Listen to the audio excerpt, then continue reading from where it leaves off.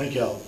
I guess we'll just start with the accusations. I know that's the 800-pound gorilla in the room. So there's been a lot of accusations thrown around about the Port Commission and the land, the property sale down at the river, and exactly how that took place between HUD 8 and the parish. I'll start from the very beginning. We had 107 acres that the parish has owned before I got in office. Part of it has been, they actually owned another 75 acres right on the river that I thought the parish still owned as well. But it says on the assessor's website we still own it, but we don't. It was sold off before I got there. So it touches the Mississippi rivers between Transmontane and the paper mill. There's 75 acres right there on the river. That property was sold prior to me getting in office. I think it sold $4,000 or $5,000 an acre riverfront property. We had a reoccurring revenue stream of taxes under the previous, that the people had voted on for an economic development director. The economic development director was making about $150,000 a year. We were burning through money, tax dollars that we had been basically for economic development. The previous parish administration did not go renew that particular tax. So we had money going out, no recurring revenue coming in. When it got down to about $250,000, maybe $300,000, I can't remember the exact number, we decided we need to probably get rid of the economic development director because he's burning through money, and we needed that money, at least $250,000, $300,000 to get water down to the site because there's no water at that particular site. Or we wanted to try to cut the timber on it, open it up so people could actually see what was there on 107 acres and go out and market it. The idea was to get it in the private sector's hands, out of the government's hand. I met with, over the last 3, 4, 5 years, probably 10 or 20 different companies, particular companies that wanted to come into Louisiana and do business. It was a state site certified site to be sold as a whole. Our property, the Daniel property, and I think the Harveys at one time had signed on to an agreement to market the whole place as about a 1,500 acre site. As soon as I got in office, I found out those contracts had lapsed, and the landowners around us did not want to up that contract. So we went out to, we cut the timber on it, got about $300,000 worth of timber. We cut the timber on it, and then we went out and started basically marketing. LED, Baton Rouge Area Chamber, people like that were bringing folks up here every day, not every day, but once a month at least, and I would go out there and they would visit with us, and there would be particular projects that some of them you've heard around the state that's been announced recently. Those projects, it wasn't going to fit on 100 acres, right? You had to have the whole entire property around there. The Daniel tract, other 107 acres just wasn't quite big enough. But what it was big enough was for like a small industrial plex.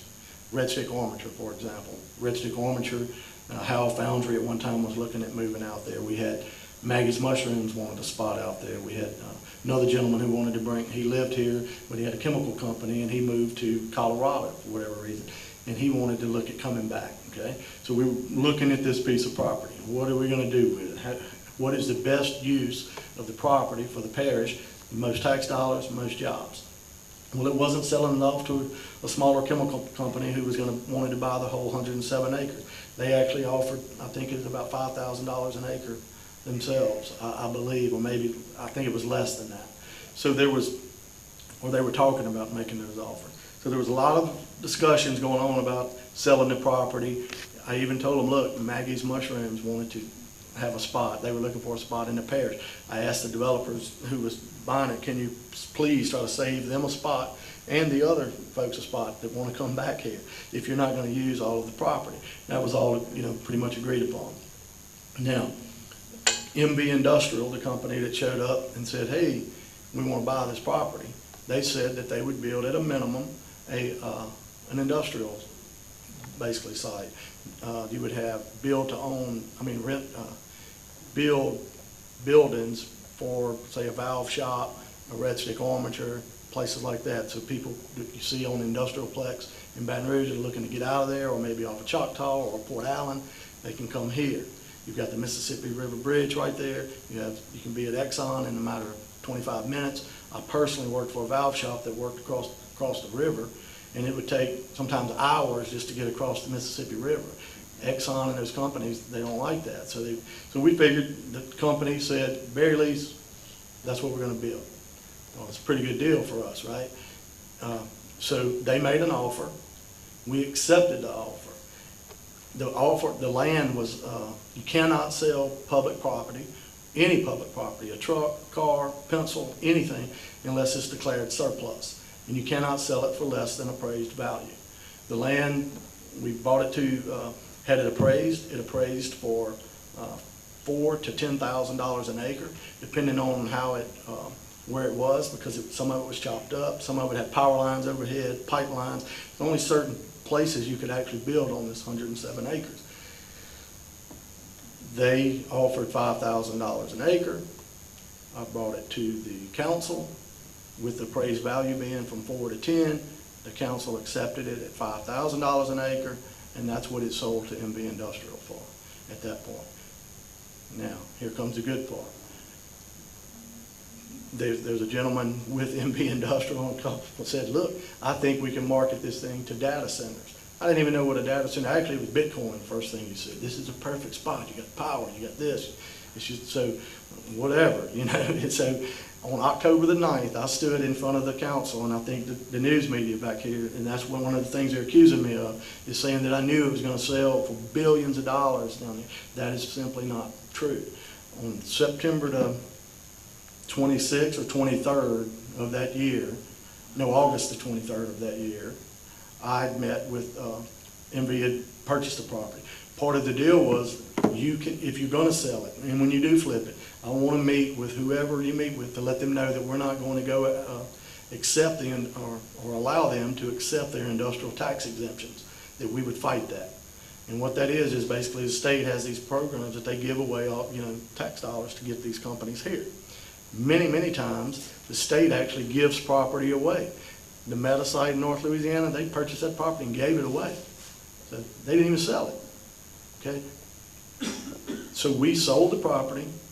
They went out and they took a gamble, and they basically went out and marketed it to data centers. And lo and behold, on October the 9th, when I stood in front of the council, or wherever, maybe I think it was here, or maybe in the forum, I'm not exactly sure. At that time, we were meeting with a company, or I met with a company. It was about a $10 to $20 million investment. When I said we got big things coming, that's huge for us. It was huge then. And so between then and probably 8 months, 6 months later is when other companies started coming in. Once a week I was meeting with companies because I wanted them to hear straight from the horse's mouth. I sat on the Commerce and Industry Board, and I know what they do and how it works. I wanted them to know that the local government authority, that we would fight the industrial tax exemption. We had talked about that with the school board, with the sheriff, and myself. So I wanted that to be upfront with those folks before they thought they could buy property from MV or whoever, that they needed to know that. So we started with several different companies looking at coming in. It wasn't HUD 8. They came in about 8 months later. But between that moment, that $10 and $20 million deal, it just kept growing and growing and growing. And I can tell you it's growing today. I just left the Capitol. And it's going to be, the first phase is 300. They just told the governor's staff, I was sitting there, 300 permanent jobs in the first phase and 525 when it's all built out. And I'm standing in front of you today. The accusations is I sold it for $5,000 or $4,000 or $46,000. I'm standing in front of you today and telling you, God, the media, and everybody, I would have given it away had I known it was going to be what it is.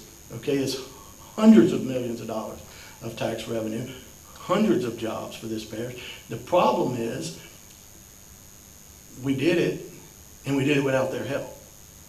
There's people that are trying to be relevant. There's people that have ran for office that want to try to run this parish and run the council. They didn't get elected to anything. They tried and they lost. Okay, so they want to try to run things by proxy. And a couple other people that are making these accusations, they both came up here today. I've had to stop both of them on some development stuff. Had to tell them no on their property. This is about development.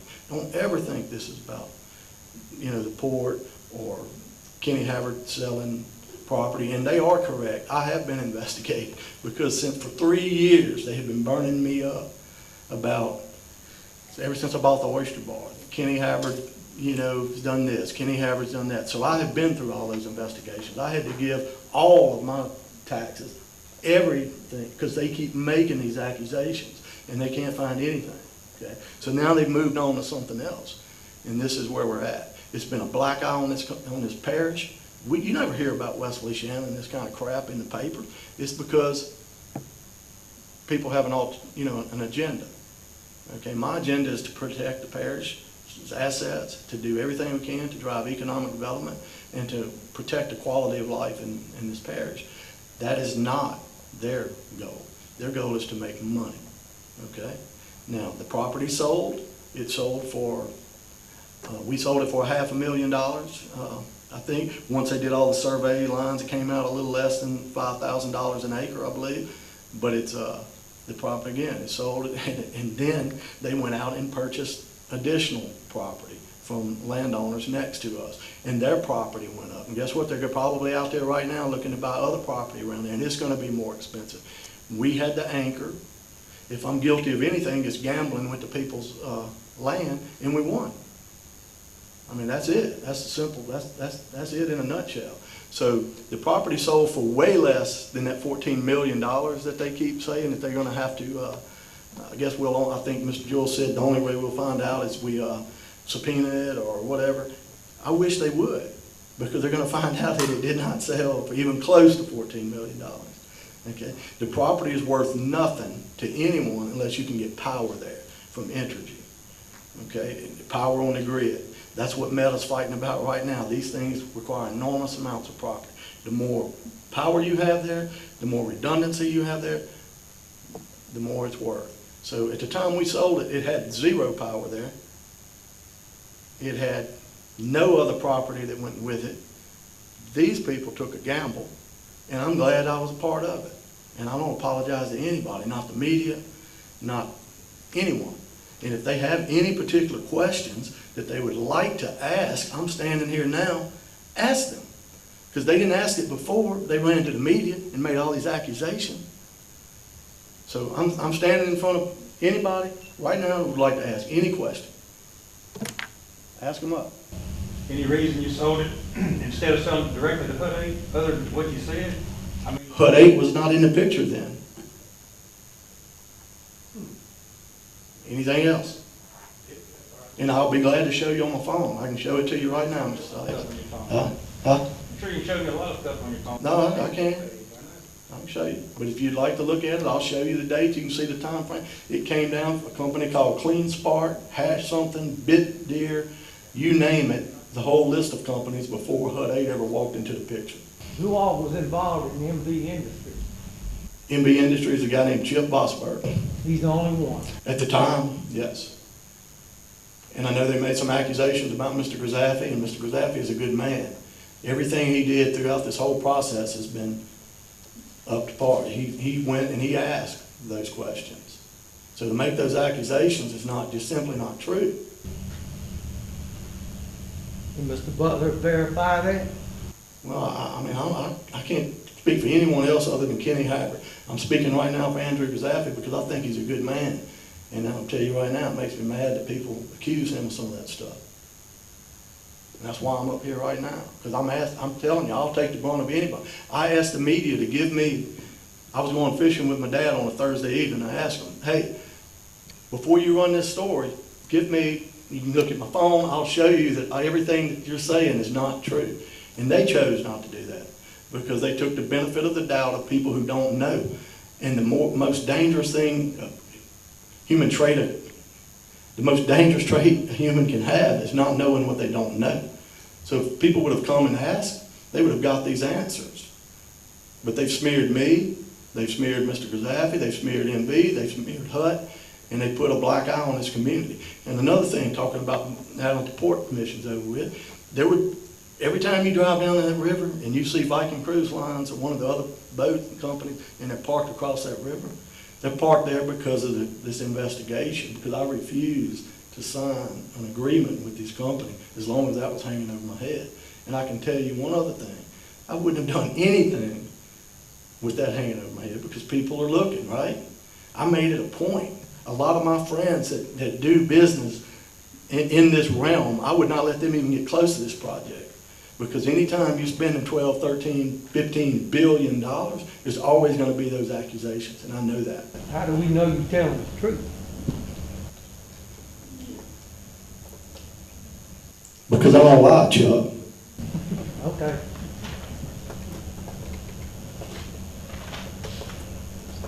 I'm sure David Jewell's got some questions. He got on that interview with Channel 2 and made all kinds of selections. No, listen, Mr. King. I'm telling everybody, we're going to do this in a correct way.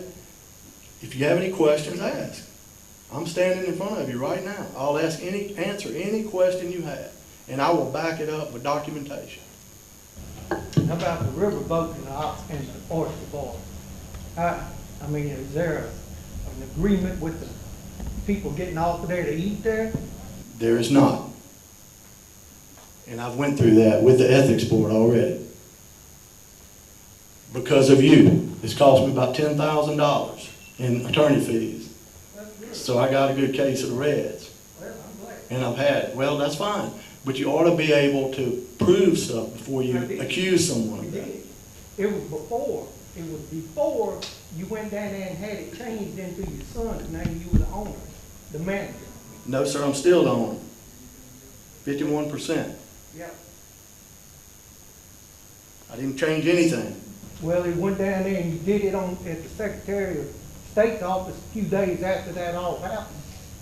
I don't think so, You Mr. look it up, Whatever.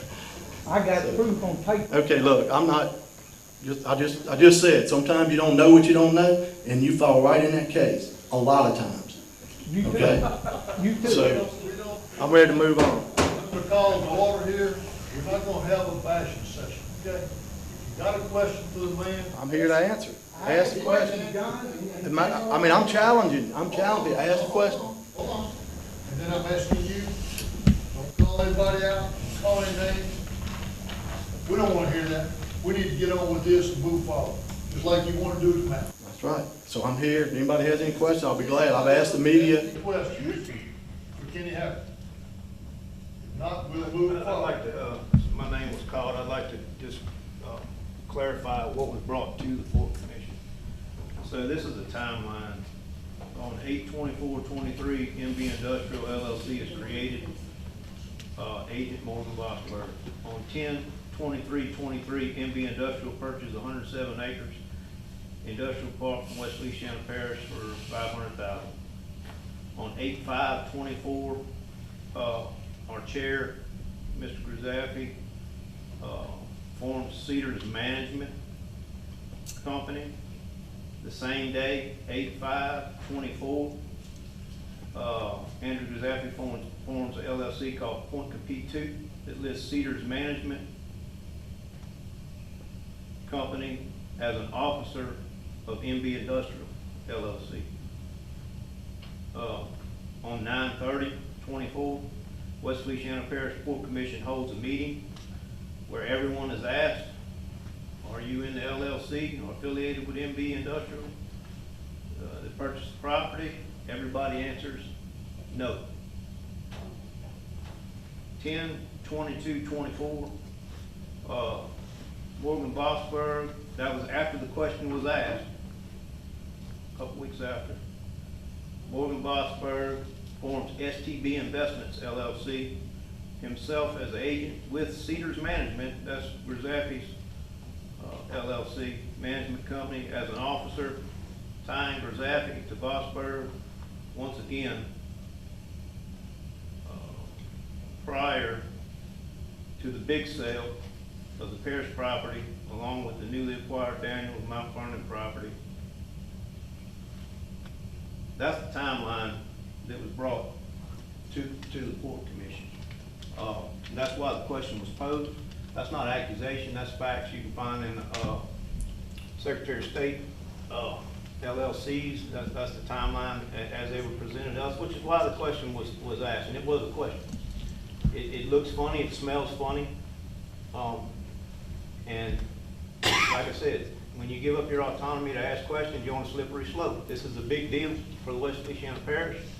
When you build a house, you need a level and a plumb line. We're at the foundation level of building this big industrial thing. We need a level and a plumb line. We're asking questions. The questions will be answered, and they're not going to happen in this room. They're not going to happen in this parish. But we'll find out, and we'll go from there.